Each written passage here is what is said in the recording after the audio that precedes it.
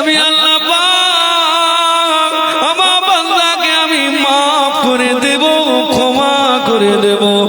তবে বান্দা নিজের ভুল যখন বুঝতে পেরে আমি আল্লাহ, আমাকে আল্লাহ বলে ডেকেছিস, তোর 70 বছরের জীবনের গুনাহ আমি আল্লাহ পাক ধুয়ে মুছে সাফ করে দিলাম।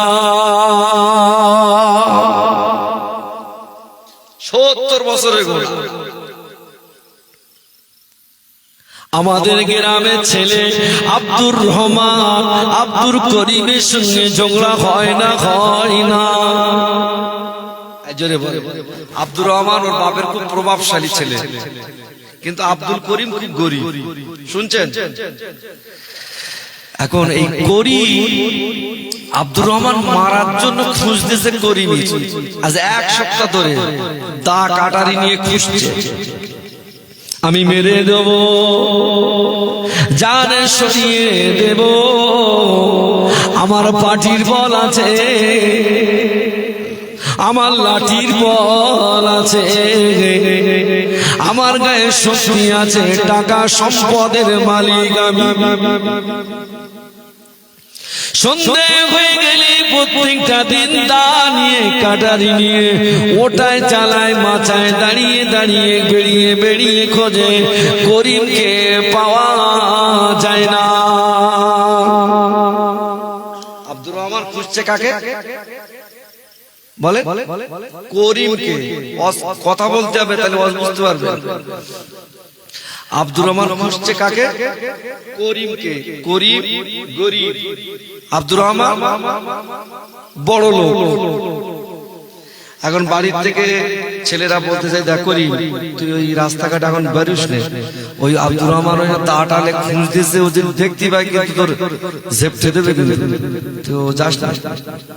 রাগের ধর্ম নেই, আর সত্য তাই নাকি? করিম চিন্তা করে, আমার তো 3টে মেয়ে, আমার তো 2 ছেলে, আমি 4-5 বাচ্চার বাপ। আমি যদি আজকে 1 সপ্তাহ হয়ে গেল আমি কোনো কাজে যাই না, আমার সংসারটা কেমন চলবে? আমার সংসারটা কেমন ভাবে চলবে? আমি 1 সপ্তাহ কাজে যাই না কেন? ওই মারি বলো না, ভয় থাকে।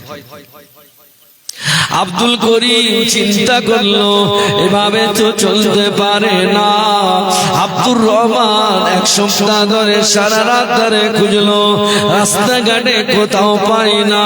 মুয়াজ্জিন যখন আযান দিয়ে দিল, আযানের সাথে সাথে আব্দুর রহমান ঘুমিয়ে পড়ল। আব্দুল করিম চিন্তা করে, এইভাবে তো থাকা যায় না।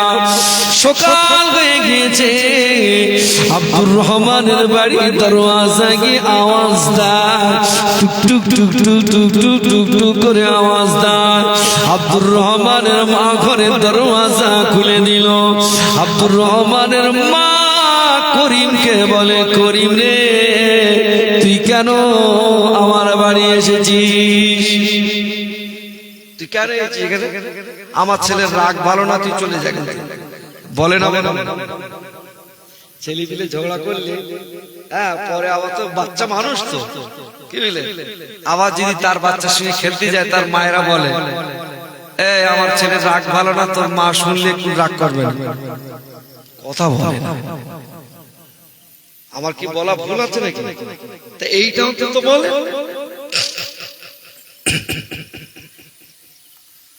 তা বলছে, না চাচি আমি একটু আব্দুর রহমানের সঙ্গে কথা বলতে চাই। বলে, কি বলিস? তো 1 সপ্তাহ ধরে খুঁজতেছো, মার মার মার। আব্দুর রহমান কোন ঘরে আছে? মা বলে দিল ওই ঘরে আছে, ওই ঘরে দরওয়াজা লাগানো। দরওয়াজায় আওয়াজ দেয়, দরওয়াজায় আওয়াজ দেয়। কিছু সময় পরে দরওয়াজা খুললে আব্দুর রহমান উঠে চোখটা খুলে দেখে আব্দুল করিম। যারে মারার জন্য খুঁজ দিল সে আগে কার বাড়ি? আব্দুর রহমানের বাড়ি। আব্দুর রহমান তো সব শুয়েছে, চোখ টুক ডুলে আমি বলতে ভুল টুল দেখতেছি নাকি, মাল কোথার থেকে হ্যাঁ তাকে সে করি আমি তো তোর আজ 1 সপ্তাহ ধরে খোঁজ দিচ্ছি। কদিন ধরে? তুই আমার বাড়ি বলছে। আব্দুল করিম আব্দুর রহমানের হাতটা ধরলে, আব্দুল করিম আব্দুর রহমানের হাতটা ধরে বলতে লাগলে, ও আমার ভাই, ও আমার ভাই, আমি তোকে বলে যাই রে ভাই, আমি তোমার কাছে আমার একটাই দাবি রে ভাই, যা হয়েছে ভুল হয়ে গিয়েছে, ক্ষমা করে দাও, মাফ করে দাও, ক্ষমা করে দাও, মাফ করে দাও। আব্দুর রহমান বলতে লাগলেন, আব্দুল করিম তোকে আমি মাফ করে দেব, শর্ত হলো একটা, আমার বাড়ি থেকে তোকে কিছু খেয়ে যেতে হবে। এই কোন নিষ্ঠুর যদি, কোন কাফের যদি কারোর বাড়ির মেহমান যদি হয়, তাকে আর বড় ছোট কথা বলা যাবে? সবাই বলে, বলা যাবে? তাহলে করিম এখন গিয়েছে কার বাড়ি? আব্দুর রহমানের বাড়ি। এখন আব্দুর রহমান বলছে, ভাই মাপ আমি করে দেবো, কিন্তু শর্ত আছে।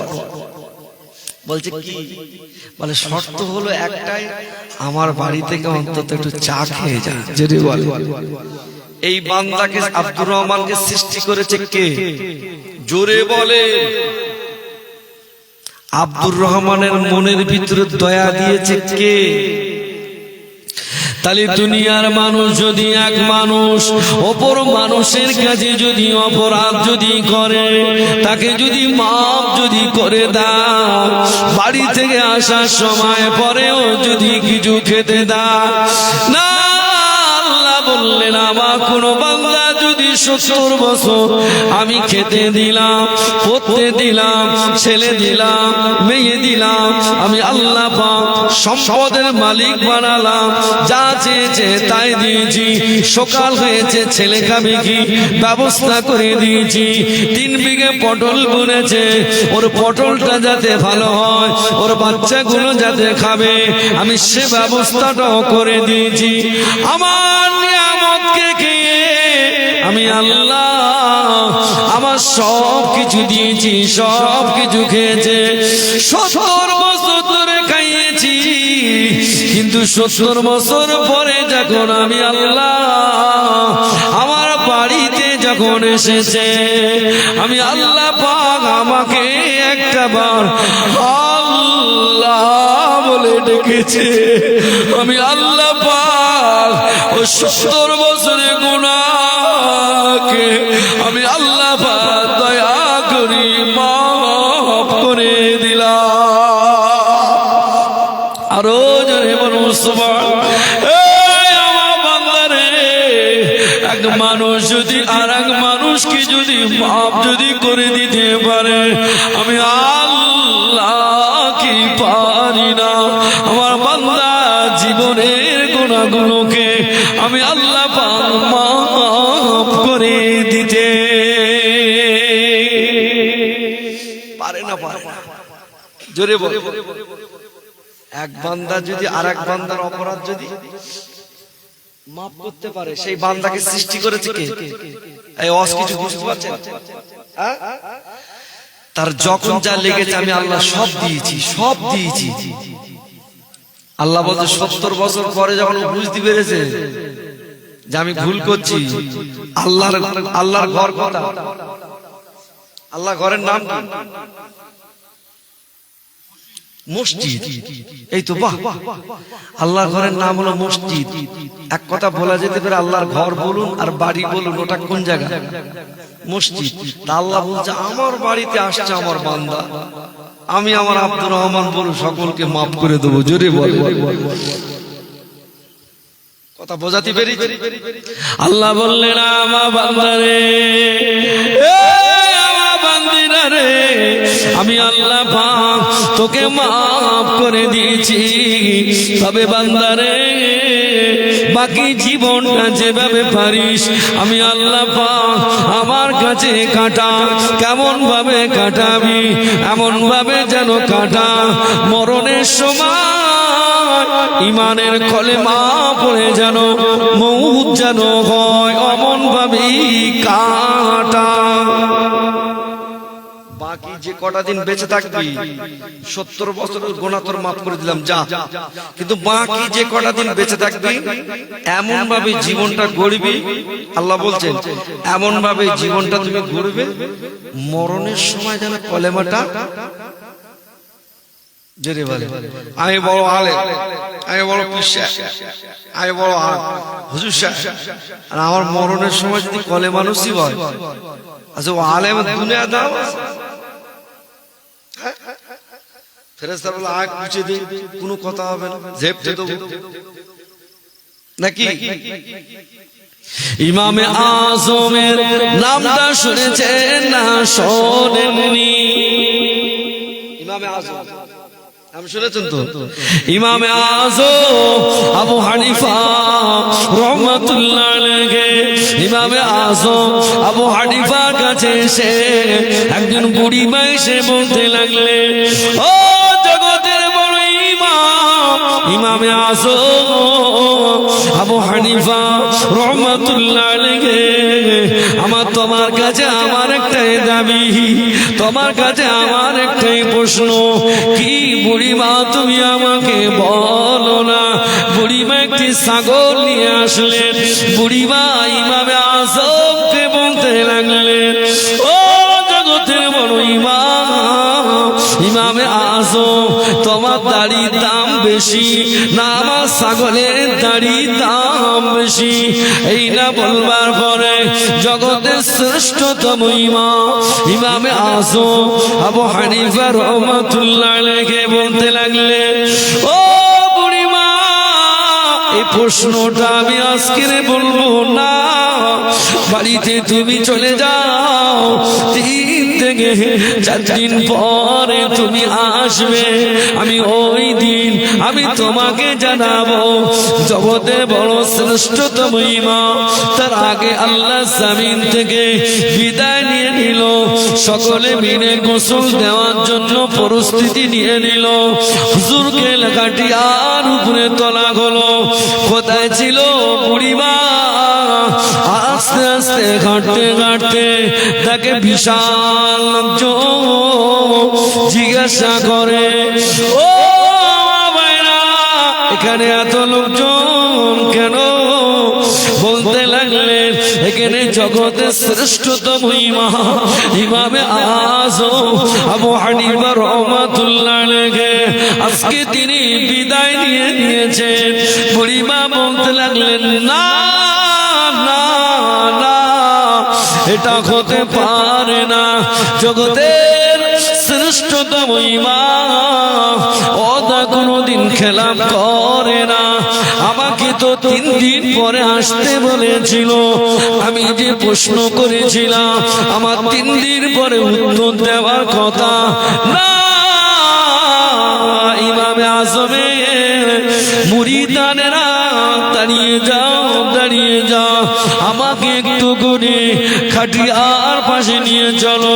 আল্লাহ পাক ইমামে আজমের জবানটা খুলে দেন, আল্লাহ পাক ইমামে আজমের জবানটা খুলে দেন, কাবনের ভিতর থেকে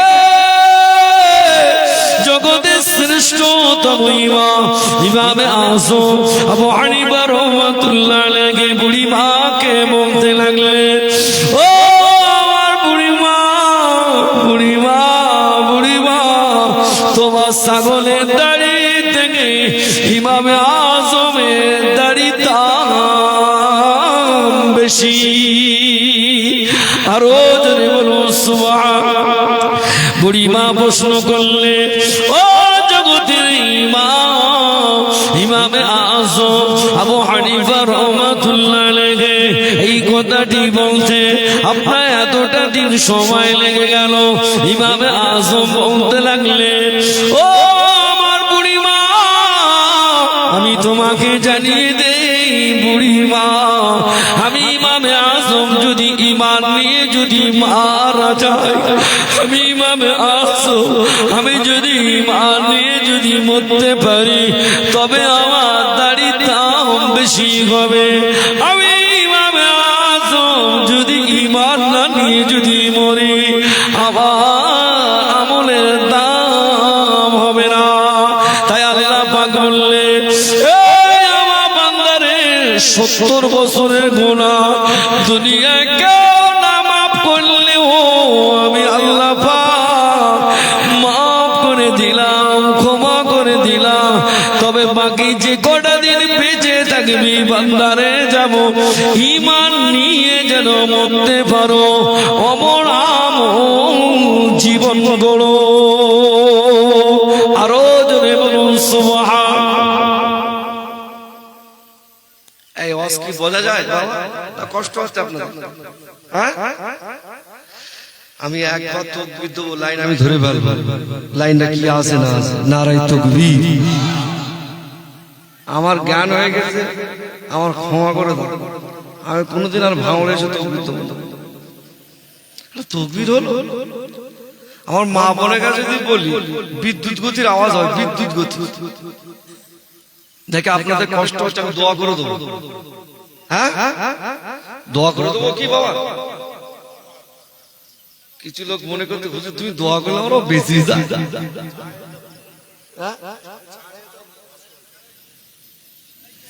আর একবার তাকবীর দেবো কি? নারায়ে তাকবীর। হয়নি, লাইন পুরো চাপ, ফুল চাপ। আরে ঝেড়িয়ে গেছে, ঝেপটে মারেন নারায়ে তাকবীর। আরো ঝেপটে মারেন নারায়ে তাকবীর, নারায়ে তাকবীর। জিনিসটা কিরকম হলো বাবা? চিনি চেনেছো? আচ্ছা ঠিক আছে, যাও আগে চা দিয়ে চা দিয়ে চা দাও, চা দাও। দরুদ শরীফ। আল্লাহুম্মা চা খাও, চা দুটো চাটা খেয়ে ইলেকশন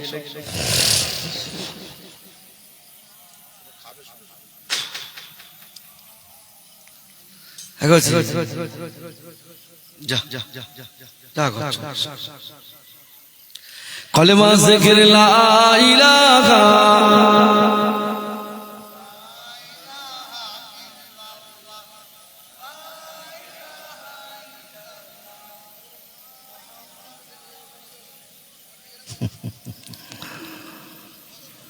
मेरे आंखों के पुतली में जलवा मोहम्मदों का, मेरे दीन की आईना में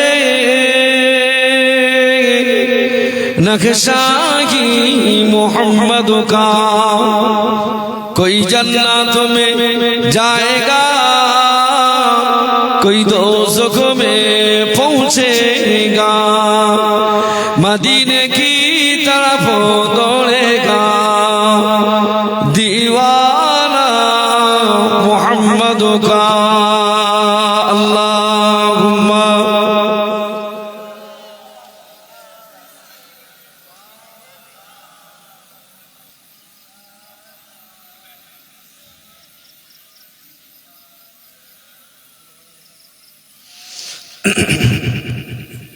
कलमा जिक्र ला इलाहा।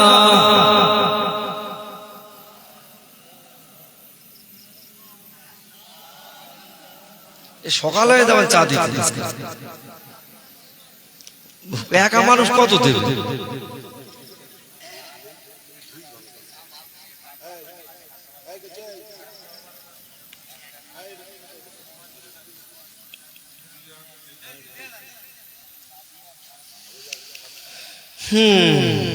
আল্লাহ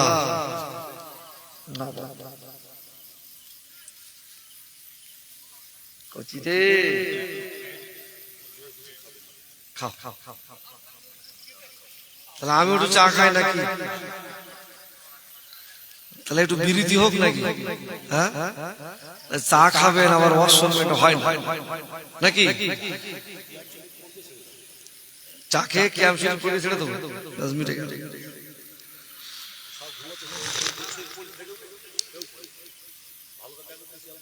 সেটা তুমি বলো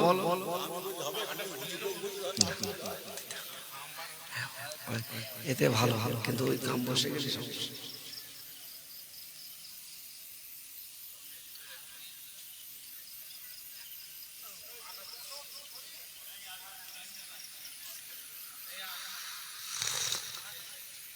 একটু চা খা লাল চা আদা দিয়ে এই কাটালে সম্মানীয় ছেলে সব একদম সব সাদা সিধে মানুষ অত পেজ দিয়ে বুঝে খুব ভালো মানুষ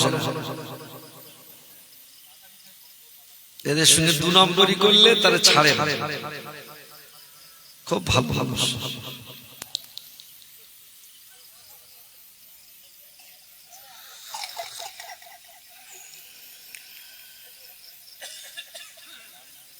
এদিকে কাপই পৌঁছায়নি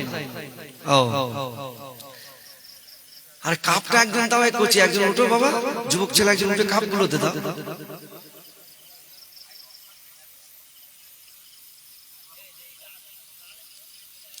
আপনাদের মসজিদে যে ইমাম মাওলানা কামরুজ্জামান সাহেব কি বলে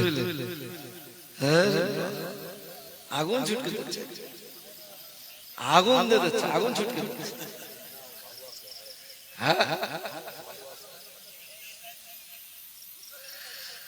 সারা পশ্চিমবঙ্গ ছেলে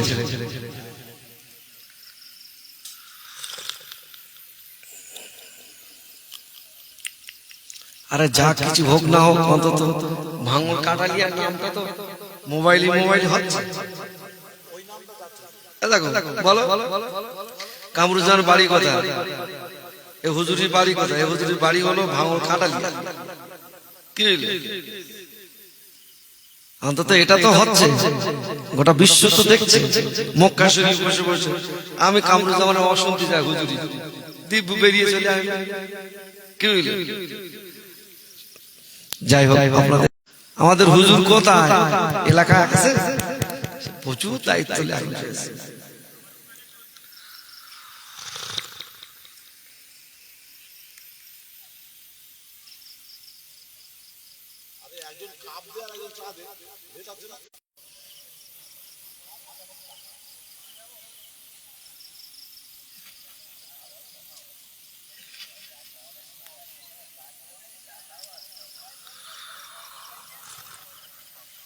আমার জীবনের প্রথমে আজকে চা খাচ্ছি এখন বাজে কথা সর্বনাশ 1টা বাজে 15 মিনিট বাকি মানে 1 ঘন্টা হয়ে গেছে বললি আমি খোদার রহম কোন অসুবিধা নেই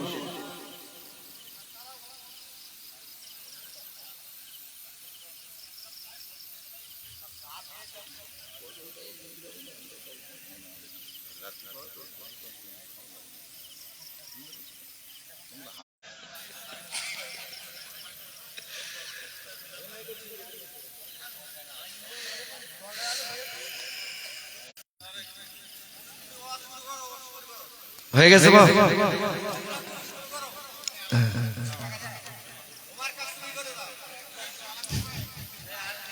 হয় না না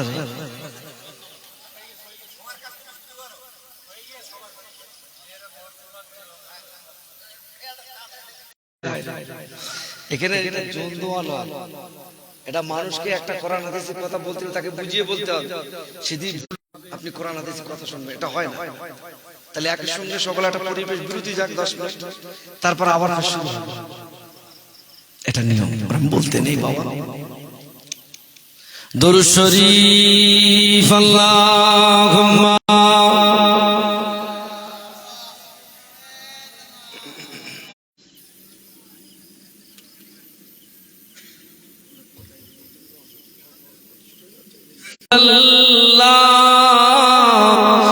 পাঠালেন খুশি হয়ে নিজি মাবুদ আল্লাহ মারে পাথর নাকে মুখে কে জানি তো আল্লাহ পারিয়ান বেজি বলেন ইল্লাল্লাহ মদিনার বুলবুল নবী রাসূলুল্লাহ আল্লাহুম্মা সাল্লি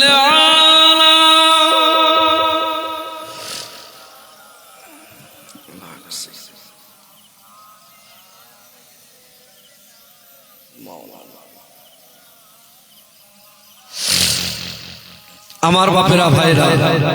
তাহলে আমি আপনাকে বোঝাচ্ছিলাম এটাই যে আল্লাহ বললেন আমি 70 বছরের জীবনের গুনাহ আমি আল্লাহ পাক এক মুহূর্তেই মাফ করে দেব। জোরে বলেন, আরো জোরে বলেন।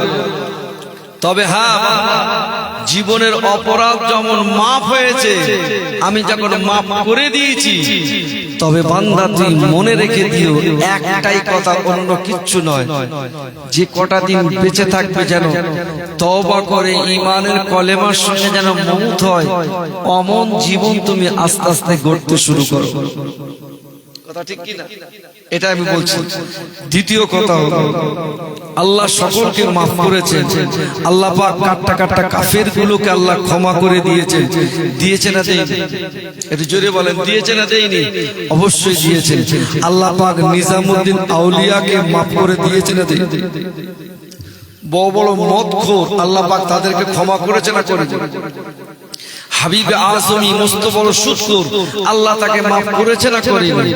আল্লাহ বলছেন বান্দা তোরাও গুনাহ করেছিস, অন্যায় করে ফেলেছিস, কিন্তু আমার রহমত থেকে নিরাশ হয়ে চলে যাস না রে বান্দা, আয় আয়। তবে হ্যাঁ, আমার সঙ্গে কখন কাঁদবি জানিস আর বলবি জানিস বান্দা, ওটা শিখে নিয়ে যা। আল্লাহ কখন?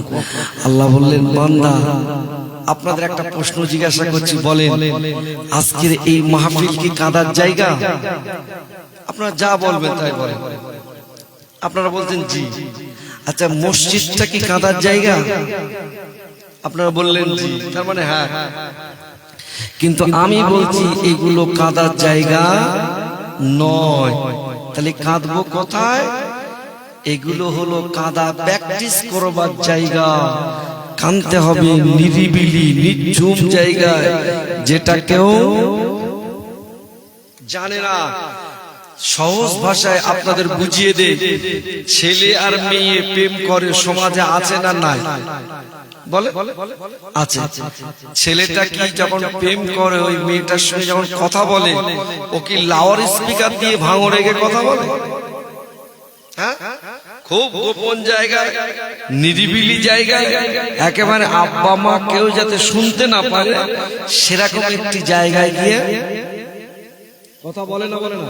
তা আল্লাহ বলছেন বান্দা লোকের সামনে কেঁদে লাভ নেই। আমি আল্লাহ, আমি হলাম মালিক, তুই হলি আমার গোলাম। আমি আল্লাহ হলাম রব, তুই হলি আমার চাকর। চাকর হয়ে মালিকের কাছে কেমন ভাবে চাইতে হবে ওটা তোমার দায়িত্ব। কথা ঠিক বলতে ভুল বলছি? তবে কেঁদেছেন একটা মানুষ, আপনি দেখবেন ফুরফুরা শরীফের দাদা হুজুর পীর কেবলা, তিনি কিন্তু কেঁদেছেন। কোথায়? ফুরফুরা শরীফের অবস্থিত কিছুটা দূরে একটি জায়গার নাম, ওই জায়গাটি হলো সুফি জঙ্গল। শুনছেন? জায়গাটির নাম হলো সুফি জঙ্গল। উনি ওই জঙ্গলে বসে বসে কেঁদেছেন। ছোট হুজুর পীর কেবলা তিনিও কেঁদেছেন ধনপতার জঙ্গলে। আপনি আর একটা মানুষের কথা বলছি, যিনি অন্য কেউ নন, যিনি হলেন প্রতাপচন্দ্র সেন, যিনি দাদা হুজুরি হাতে হাত দিয়ে মুসলমান হয়ে দাদা হুজুর পীর কেবলা তালাকে নাম দিয়েছিলেন আব্দুল মোমেন। কি নাম? আব্দুল মোমেন। এনার বাড়িটা কোথায়? বাংলাদেশের চট্টগ্রামে। এই আব্দুল মোমেন একটি হিন্দু ঘরের সন্তান, এমন জীবন গঠন করেছে আফ্রিকার জঙ্গলের বাঘেরা পর্যন্ত তার জন্য ডিউটি করত। জোরে বলে, একটু চিল্লে বলে। ওই সুফি আব্দুল মোমেন হুজুরের দরবারে কে কে গেছেন হাত তুলে? সুফি আব্দুল মুমিন হুজুর দরবার গেছেন তো? দুজন। আপনি গেছেন? আচ্ছা, আপনারা বলুন বা ইন্টারনেটে এখন সার্চ করুন, হুজুরের রওজার উপরে একটি গাছ আজও পর্যন্ত ছায়া করে আছে না নাই? আছে না না? এর কারণটা কি? সুফি আব্দুল মুমিন আল্লাহ পাক তোমার প্রায় প্রত্যেক বছরে কম বেশি বাংলাদেশ আল্লাহ নিয়ে যায়। ওনার বাড়ি হলো খুব জমিদারি ঘরের ছেলে, সব কিছু ছেড়ে দিয়ে দাদা হুজুরের হাতে হাত দিয়ে বায়াত হয়েছিলেন।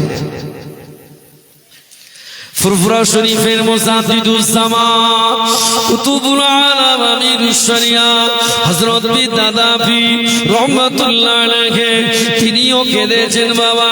সুফি জঙ্গলে তিনিও কেঁদেছেন। ফুরফুরা শরীফের ছোট হুজুর পীর কেবলা তিনিও কেঁদেছেন।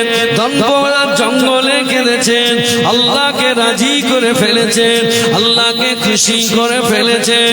আমার দাদা হুজুর পীর কেবলা বাংলার জমিনটাকে কলেমা দাওয়াত দিতে দিতে দিতে দিতে হুজুর আমার যখন বাংলাদেশে চলে গেলেন, বাংলাদেশে যাওয়ার পরে ঝিনাইদহ, কুষ্টিয়া, বরিশাল, সাতক্ষীরা, বাবা এমনি করে যশোর, খুলনা, চট্টগ্রামে যখন হুজুর আমার পৌঁছে গেলেন, হুজুর আমার ইমানের কলেমা প্রচার করবে, হুজুর আমার ইমানের কলেমাটা প্রচার করবে।